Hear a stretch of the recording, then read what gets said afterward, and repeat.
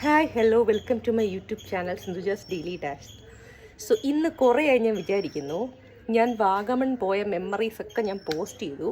പക്ഷേ ഇനി തൊട്ട് ഞാൻ ആഗ്രഹിക്കുന്നത് വാഗമൺ ട്രാവൽ എക്സ്പീരിയൻസ് വ്ളോഗ് ചെയ്യുക എന്നുള്ളതാണ്. So welcome to my Vagamon travel experience vlog.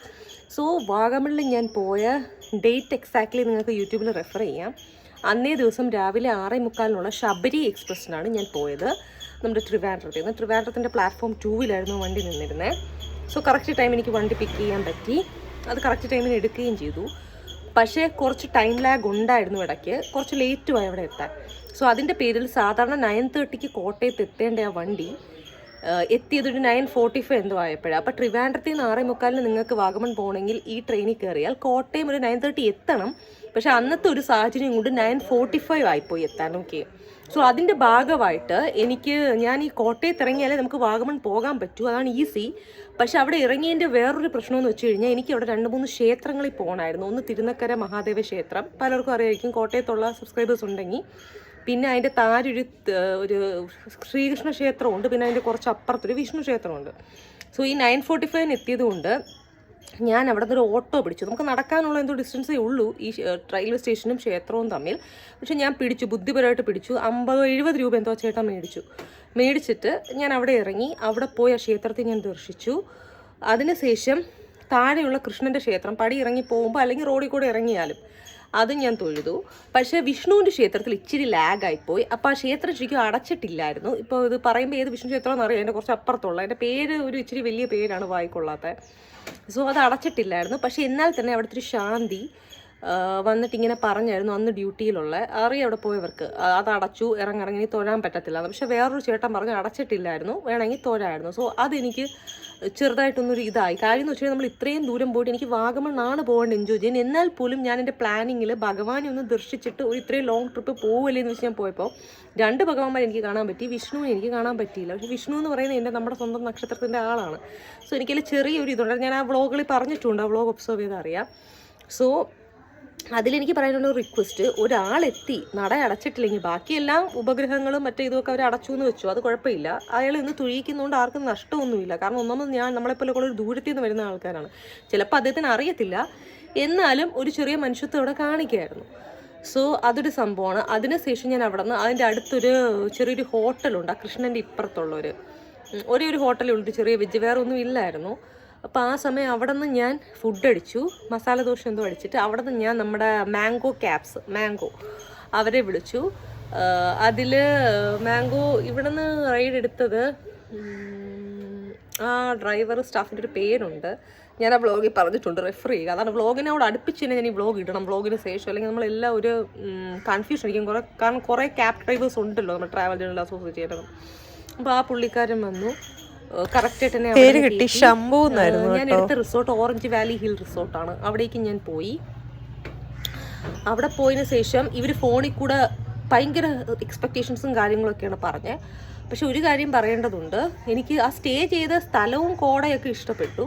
പക്ഷേ ഈ റിസോർട്ടുകാർക്ക് ഗസ്റ്റുകളോടുള്ളൊരു രീതിയും കാര്യങ്ങളും ഒരു പക്ഷാഭേദപരമായിട്ടുള്ള സംഭവം. ഒരു റിസോർട്ടിൽ നമ്മൾ പോകുമ്പോൾ ആദ്യം വേണ്ടത് ഒരു വെൽക്കം ഡ്രിങ്ക് കൊടുക്കുക എന്നുള്ളത്. അതിപ്പം മൊജീറ്റോയും കോക്ടെയിലും നമുക്ക് മേടിച്ച് കുടിക്കാം, it's not a thing.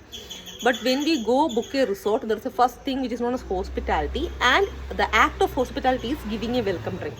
So അതെനിക്ക് ഓറഞ്ച് വാലി ഹിൽ റിസോർട്ട് പോയപ്പോൾ കിട്ടിയിട്ടില്ല. സോ ഇത് ഞാൻ അവിടെ പറഞ്ഞിട്ടുണ്ടായിരുന്നു, ഒരു ചെറിയൊരു കംപ്ലയിൻറ്റ് റീസിംഗിൾ ഞാൻ പറഞ്ഞിട്ടുണ്ട്. കാരണം ആ കോക്ടെയിൽ കിട്ടാത്തതിൻ്റെയോ അല്ലെങ്കിൽ ആ ഒരു ജ്യൂസ് രസനയോ എന്തോ ആവട്ടെ, അത് കിട്ടാത്തതിൻ്റെ അല്ല. പക്ഷെ അത് കൊടുക്കണമല്ലോ, കാരണം അവർ അതൊക്കെ ആ കാറ്റലോഗിൽ പറയുന്നുണ്ട്, റിസോർട്ടിൽ ചെല്ലുമ്പോൾ ഇത് തരും. സോ അങ്ങനെ കുറച്ച് ഇതൊക്കെ ആയി, കുറച്ചൊരു രീതിയിൽ ഞാൻ റിയാക്ട് ചെയ്തു. പിന്നെ റൂം എനിക്ക് AC ആയിരുന്നു പറഞ്ഞിരുന്നത്. ആദ്യം AC ആ പ്രീമിയം വില്ലയിൽ ഓണാക്കാൻ കൂട്ടാക്കിയില്ല. അങ്ങനെ ചെറിയ കുറച്ച് സംഭവങ്ങൾ ഉണ്ടായിരുന്നു. അതൊക്കെ ഞാനിങ്ങനെ പറഞ്ഞു, അത് റെക്ടിഫൈ ചെയ്ത് ഞാനവിടെ AC ഒക്കെ മേടിപ്പിച്ചു. അത് വേറെ കാര്യം, ഞാനാണ് ടീം, നിങ്ങൾക്കറിയാം. പിന്നെ എൻ്റെ നാക്കും ജെനുവിനിറ്റി. സോ എനിക്ക് റൂം ബുക്ക് ചെയ്ത ആ കുട്ടി, ആ റിസപ്ഷൻ സ്റ്റാഫ് അവിടെ ഇല്ലായിരുന്നു. പുള്ളിക്കാരുടെയും ബർത്ത്ഡേ ആയിരുന്നു, എൻ്റെയും ബർത്ത്ഡേ ആയിരുന്നു. അങ്ങനെ അങ്ങ് പോയി. പക്ഷേ എന്നാൽ എനിക്ക് പ്രോപ്പർട്ടിയെ കുറിച്ച് കുറ്റം പറയാനുണ്ടോ എന്ന് ചോദിച്ചാൽ എനിക്ക് ആ പ്രീമിയം വില്ലയൊക്കെ ഇഷ്ടപ്പെട്ടു. ഇങ്ങനെ അതിനകത്തുള്ള സ്റ്റാഫുകളുടെ കുറച്ച് ബിഹേവിയർ, അതുകൊണ്ട് നമുക്ക് രണ്ടാമതോട് വിസിറ്റ് ചെയ്യാനോട് താല്പര്യം വരില്ല. കാര്യം എന്താണെന്ന് വെച്ച് കഴിഞ്ഞാൽ എനിക്ക് പറ്റിയൊരു അനുഭവമാണ് ഞാൻ പറയുന്നത്. എനിക്കിപ്പോൾ ഓൾറെഡി 3 സ്ഥലങ്ങളവിടെ കവർ ചെയ്യുന്നുണ്ട്. പിന്നെ ഓഫ് റൈഡുകളും ഉണ്ട്, ജീപ്പ് സഫാരി, അതായത് കുരിശുമല, മുരുകൻമല, തങ്ങൽപ്പാറ, ഇത് ഇത്രയും ഞാൻ കണ്ടിട്ടില്ല. അപ്പോൾ എനിക്ക് വേറൊരു ട്രിപ്പ് പോകണം തീർച്ചയായും. സോ തങ്ങൾപ്പാറയ്ക്ക് അടുത്താണ് ഈ ഒരു റിസോർട്ട് ഇരിക്കുന്നത്. ഇനി വേറെ റിസോർട്ടിലുണ്ട്, ക്ലൗഡ് കബാന, അതൊക്കെ എങ്ങനെയാണെന്നുള്ള ചെന്ന് വിടുമ്പോൾ അറിയാം. അപ്പം ഞാൻ പറയുന്ന ഒരു സംഭവം, ഒരു ഉപദേശം അല്ലെങ്കിൽ റിക്വസ്റ്റ് എന്ന് പറഞ്ഞാൽ, നമ്മളിപ്പോൾ ഒരുപാട് റിസോർട്ട്സ് ബുക്ക് ചെയ്ത് പോകും. ഇപ്പം ഞാനും ട്രാവൽ ബ്ലോഗർ ആയതുകൊണ്ട് ഞാൻ പോകാറുണ്ട്, നിങ്ങൾക്കറിയാം.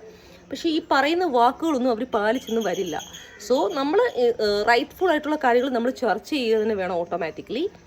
പക്ഷേ ഈ എക്സ്പെക്റ്റേഷൻസ് കൊണ്ട് നമ്മളവിടെ പോയി കഴിഞ്ഞാൽ നമ്മൾ നിരാശപ്പെടും. സോ നമ്മളൊരു റിസോർട്ട് ബുക്ക് ചെയ്യുമ്പോൾ വളരെ കെയർഫുൾ ആയിരിക്കണം.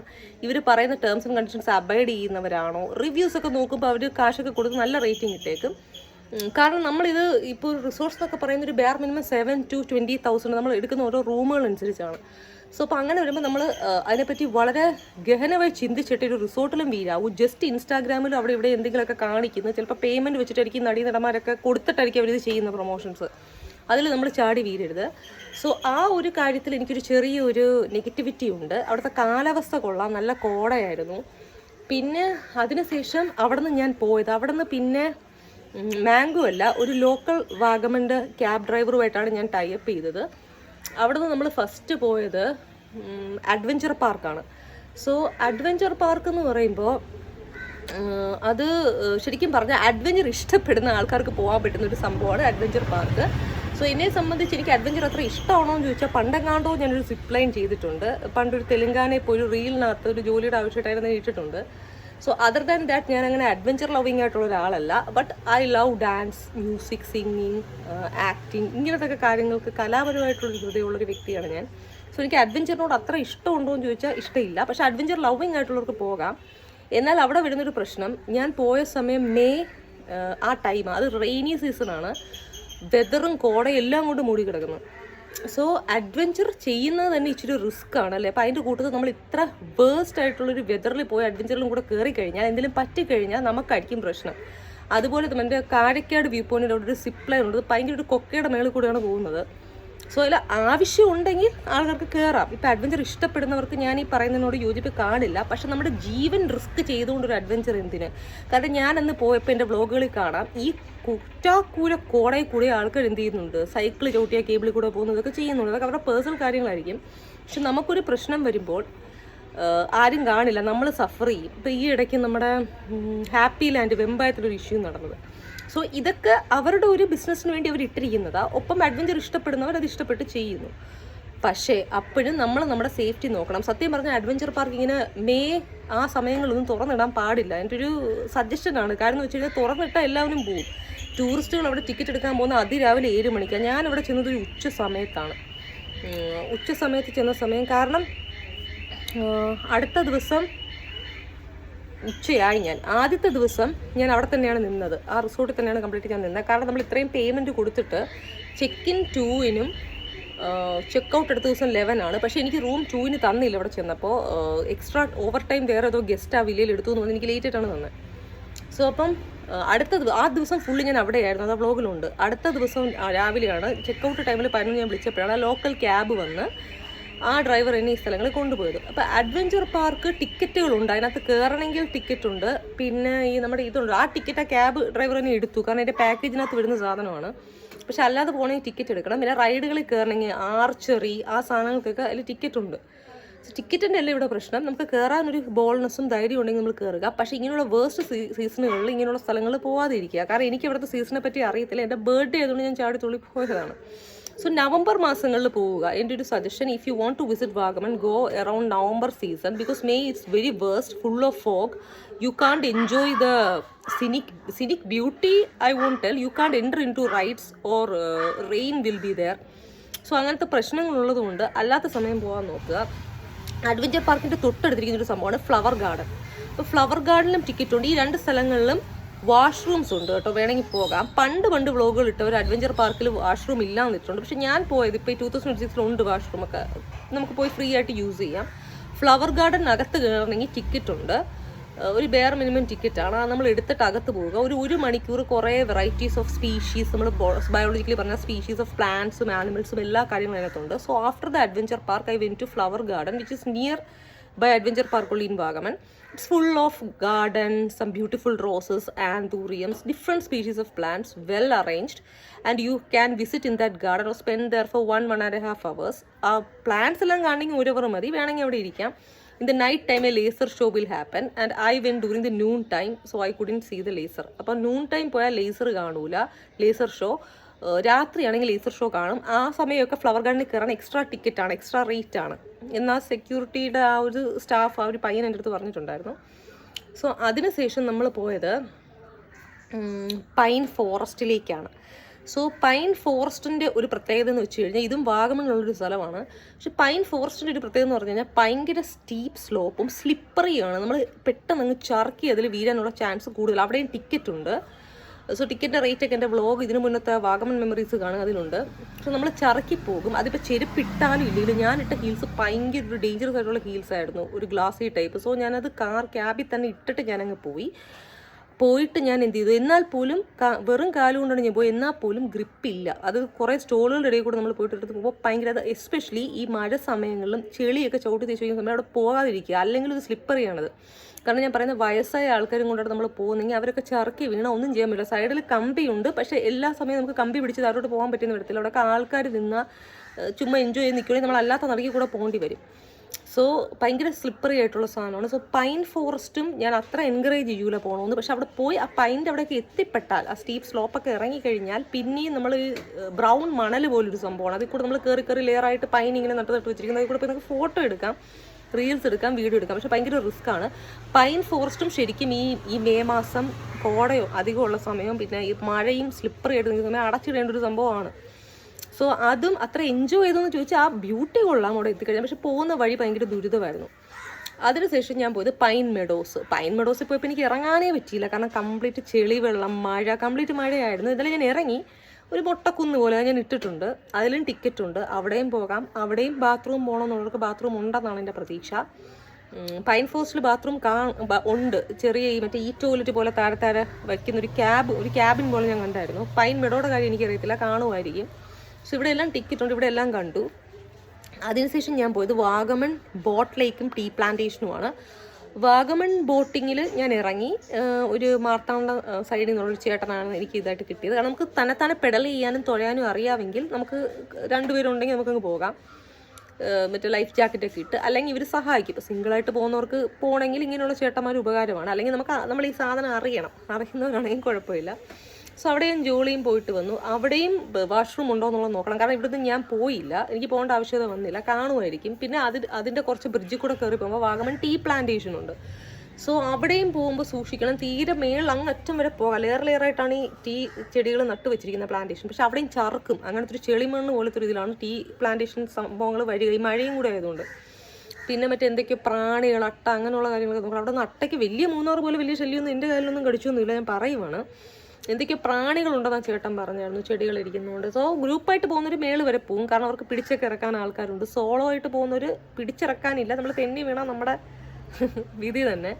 സോ നമ്മൾ പോവുക. അപ്പം ഇത്രയൊക്കെ സ്ഥലങ്ങളാണ് ഞാനൊന്ന് കാണാൻ പറ്റിയെന്ന് എനിക്ക് തോന്നുന്നു. പിന്നെ ഉണ്ടായിരുന്നു തങ്ങൾപ്പാറ, പിന്നെ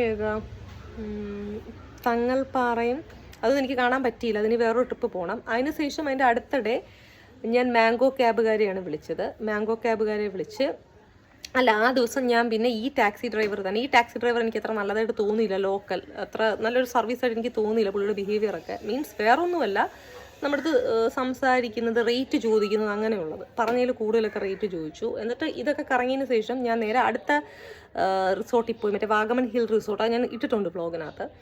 സോ അവിടെ പോയതിന് ശേഷം അവിടെ ഇറക്കി. അതിനുശേഷം അടുത്ത ദിവസം അവിടെ ചെക്കൗട്ട് ആകുമല്ലോ 11 മണിക്ക്. ആ സമയമാണ് എനിക്ക് മാംഗോ ക്യാബിൽ നിന്ന് തന്നെ ഞാൻ വിളിച്ചു. എനിക്ക് അവരുടെ ആ ഡ്രൈവേഴ്സിൻ്റെ behaviour, I like the behaviours of the Mango Cabs from cabs associated with Kottayam place. നല്ല റെസ്പെക്റ്റ് ഉള്ള പയ്യന്മാരാണ്, നമ്മൾ അനിയന്മാരുടെ നല്ല രീതിയിൽ അവർ കൊണ്ടുപോകും നമ്മളെ. സോ അങ്ങനെ രണ്ടാമത് വിളിച്ചപ്പോൾ ആദ്യം വിളിച്ച സ്റ്റാഫ് ഇല്ലായിരുന്നു. അല്ലെങ്കിൽ ഞാൻ ഇച്ചിരി നിരാശയായിരുന്നു, കാരണം പുള്ളിയായിട്ട് നല്ല കമ്പനിയായിരുന്നു as a taxi driver and passenger. പിന്നെ വേറൊരാൾ വന്നു, ആ ആളുടെ പേര് എനിക്ക് ഓർമ്മയുണ്ട്, ആദിത്യനെന്ന് പറഞ്ഞ്. മറ്റേ ആളുടെ ആ വ്ളോഗിൽ ഇട്ടിട്ടുണ്ട്.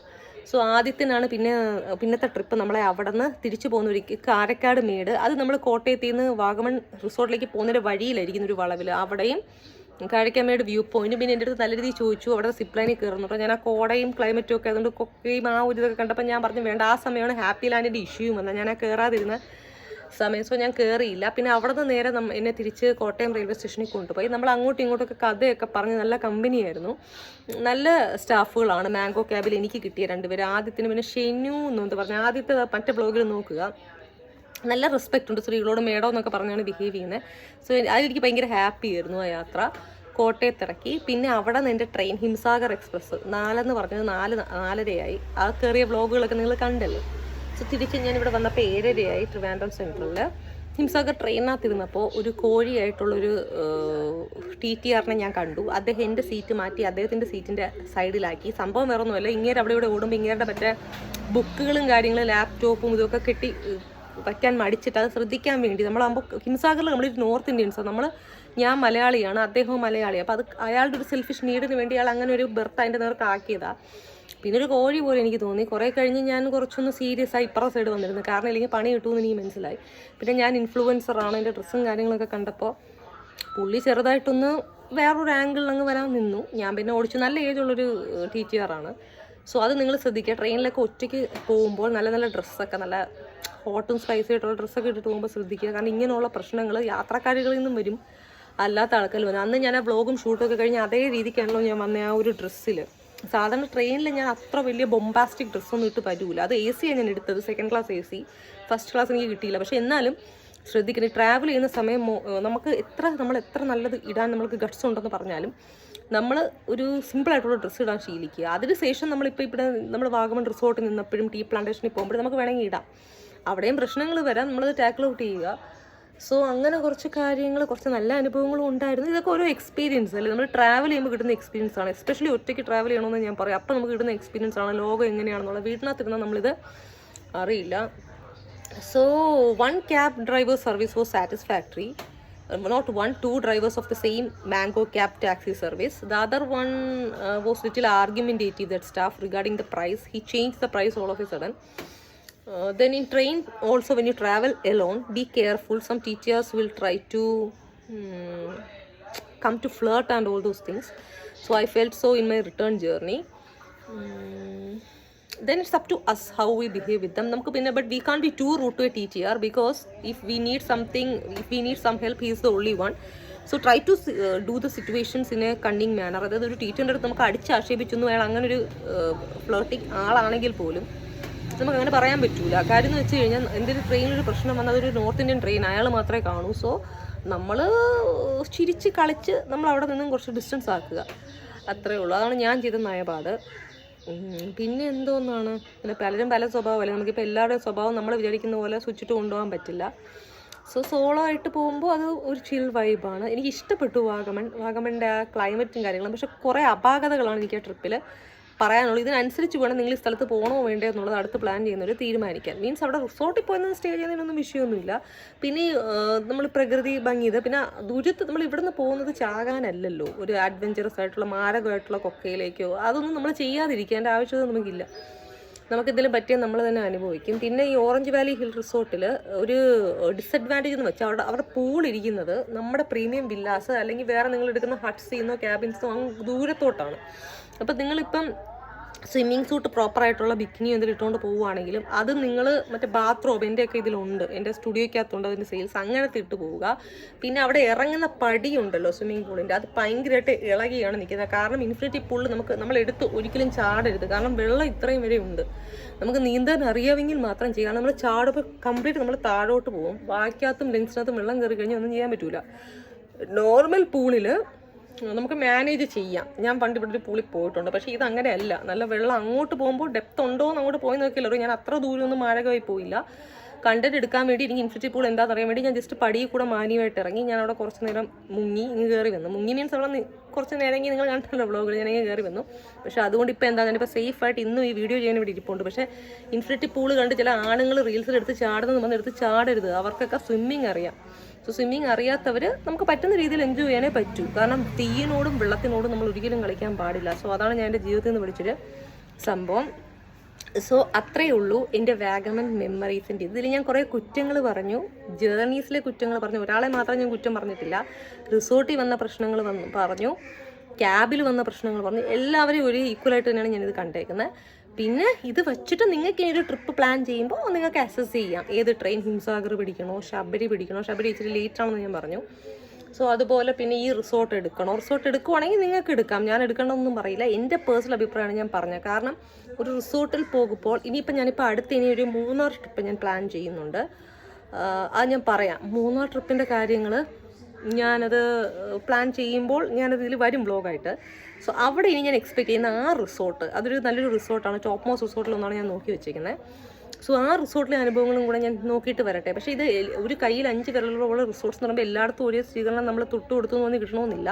പക്ഷെ നമ്മളൊക്കെ ഒരു ഇൻഫ്ലുവൻസറും ബ്ലോഗറായിട്ട് നിൽക്കുന്ന ആൾക്കാരാകുമ്പോൾ നമ്മളോടെങ്കിലും അറ്റ്ലീസ്റ്റ് ഒരു വകതിരിവ് കാണിക്കരുത്. കാരണം നമ്മളിങ്ങനെ വന്ന് പൊതുസമൂഹത്തിനോട് അഡ്രസ്സ് ചെയ്യും. കാരണം അത് അവരോടുള്ളൊരു കുറ്റം കൊണ്ടല്ല, പക്ഷേ നാളെ അവരിങ്ങനെയൊന്നും കാണിക്കരുത് എന്നുള്ളതുകൊണ്ട് വേറൊരു ലോക്കൽ കസ്റ്റമേഴ്സിൻ്റെ അടുത്താണെങ്കിലും. പിന്നെ അവർ വന്ന് സോറിയൊക്കെ പറഞ്ഞിട്ടുണ്ടായിരുന്നു. ഇത് ആരെയും കുറ്റപ്പെടുത്തിക്കൊണ്ട് ഞാൻ ഇങ്ങനെ അവിടെ കിട്ടിയതുകൊണ്ട് നിങ്ങൾ അവിടെ പോകരുതെന്നുള്ള മെസ്സേജ് ഒന്നും ഞാനിൽ തരാൻ ആരുമല്ല. പക്ഷേ എനിക്ക് പറ്റിയൊരു അനുഭവം ഒരു കണ്ടൻറ്റായിട്ട് പറയണമെന്ന് തോന്നി. സോ ഞാനത് പറയുന്നു, അത്രയേ ഉള്ളൂ. So that was regarding my experiences. Orange Valley food was good. How my planning went, how was my treatment when it comes to cab drivers, how they treated me, how the train teacher treated me, and how the train service was, how the resort people were to me. So these things. പക്ഷേ അതിൽ ആ റിസോർട്ടിലെ സ്റ്റാഫിൽ എനിക്ക് ഏറ്റവും service ഇഷ്ടപ്പെട്ട house കീപ്പിങ്ങിലെ staff ആഷിക്കും പിന്നെ ആ റിസോർട്ടിൽ റീലൊക്കെ ചെയ്യുന്നൊരു പെങ്കൊച്ചുണ്ട്. അതിൻ്റെ പേര് പറഞ്ഞായിരുന്നു, എനിക്ക് ഓർമ്മ നിൽക്കുന്നില്ല. അതും എൻ്റെ കേക്ക് എനിക്ക് ഡെക്കറേറ്റ് ഉണ്ടെന്ന് വേറൊരു പെങ്കൊച്ചും. ഇവർ രണ്ടുപേരും വ്ലോഗ് കാണുന്നത് നിങ്ങൾക്കറിയാം. ഇവർ രണ്ടുപേരും ഇവർ മൂന്നുപേരും എൻ്റെ മനസ്സിൽ കയറിയ കഥാപാത്രങ്ങളാണ് ആ റിസോർട്ടിൽ. ആകെ ഈ 3 മുഖം മാത്രം എൻ്റെ മനസ്സിൽ നിൽക്കുന്നുണ്ട്. കാരണം അവർ നല്ല ആൾക്കാരാണ്. ഇപ്പം എല്ലാവരും നല്ലതാവണമെന്നില്ല, പലരും പല ടൈപ്പാണ്. പക്ഷേ ഇവർ 3 പേരും ഇവർക്ക് ഒരു ഹോസ്പിറ്റാലിറ്റി ഉണ്ട്. നമ്മളെ നല്ല രീതിയിൽ റെസ്പെക്റ്റ് ചെയ്യണം, ട്രീറ്റ് ചെയ്യണം, മേഡം അങ്ങനെ അഡ്രസ്സ് ചെയ്ത് പിന്നെ നമുക്ക് വേണ്ട സാധനങ്ങളൊക്കെ ചെയ്ത് ഇവർ 3 പേരും എനിക്ക് ഭയങ്കര ഇഷ്ടമാണ്. പിന്നെ എനിക്ക് റൂം ഒക്കെ ബുക്ക് ചെയ്ത് തന്ന പെങ്കുച്ച് ആലപ്പുഴയിലുള്ള ഇതിന് പോയത്, അതിൻ്റെ ഫോട്ടോ ഞാൻ ആഷിക്കിൻ്റെ അടുത്ത് ചോദിച്ച് കണ്ടായിരുന്നു. ആ കുട്ടി എൻ്റെ അടുത്ത് ഫോണിൽ കൂടെ നല്ല രീതിയിലാണ് ഡീൽ ചെയ്തത്. പക്ഷേ അതിന് എനിക്ക് കണ്ടുമുട്ടാൻ പറ്റിയില്ല. സോ ഇവരൊക്കെ നല്ല നിലയിൽ എത്തട്ടെ. എന്നോട് നല്ല ചെയ്തതും കസ്റ്റമേഴ്സിനോട് നന്മയും ചെയ്യുന്ന എല്ലാ ആൾക്കാരും.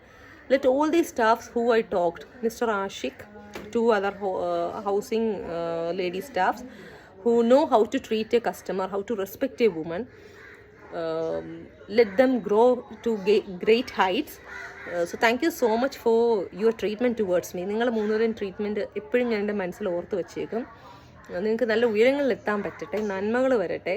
സോ അതുപോലെ തന്നെ ഈ വ്ളോഗ് കണ്ട് എന്നെ ലൈക്ക് ചെയ്യുന്നതും എൻ്റെ വീഡിയോസ് പ്രൊമോട്ട് ചെയ്യുന്ന എല്ലാ ആൾക്കാർക്കും thank you so much.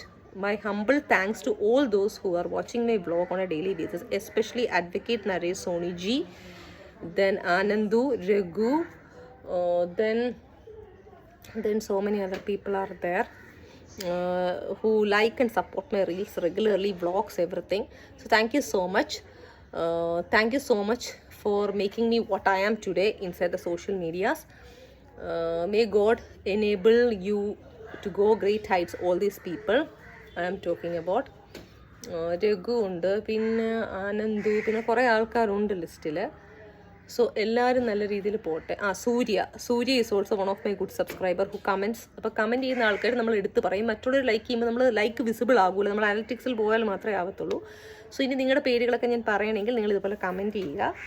So എന്നെ ഇഷ്ടപ്പെടുന്ന എല്ലാവർക്കും നന്ദി. Thank you so much. അടുത്ത വ്ളോഗിൽ കാണാം. അടുത്ത വ്ളോഗ് ഉടൻ തന്നെ വരും. ഞാൻ ഇനി പ്രോമിസ് വന്നിരിക്കുന്ന ഓർണമെൻറ്റ്സിൻ്റെ, മോഹിനിയാട്ടം കുച്ചിപ്പിയുടെ ഓർണമെൻറ്റ്സ് ബിഗിനേഴ്സിന് ഏതൊക്കെ മേടിക്കണമെന്നുള്ള സാധനങ്ങൾ അത് വരും. പിന്നെ നമുക്കിപ്പം ട്രെൻഡിങ് ആയിട്ടൊരു ഇഷ്യൂ നടക്കുന്നുണ്ട് നമ്മുടെ ട്രിവാൻഡ്രത്ത്. അതിനെ ചുറ്റിപ്പറ്റിക്കൊണ്ട് നാളെ അടുത്ത വ്ളോഗ് വരും. സോ അടുത്ത വ്ളോഗിൽ കാണും വരെ നിങ്ങളുടെ സിന്ധുജ വിട പറയുന്നു. Thank you so much. Bye, take care.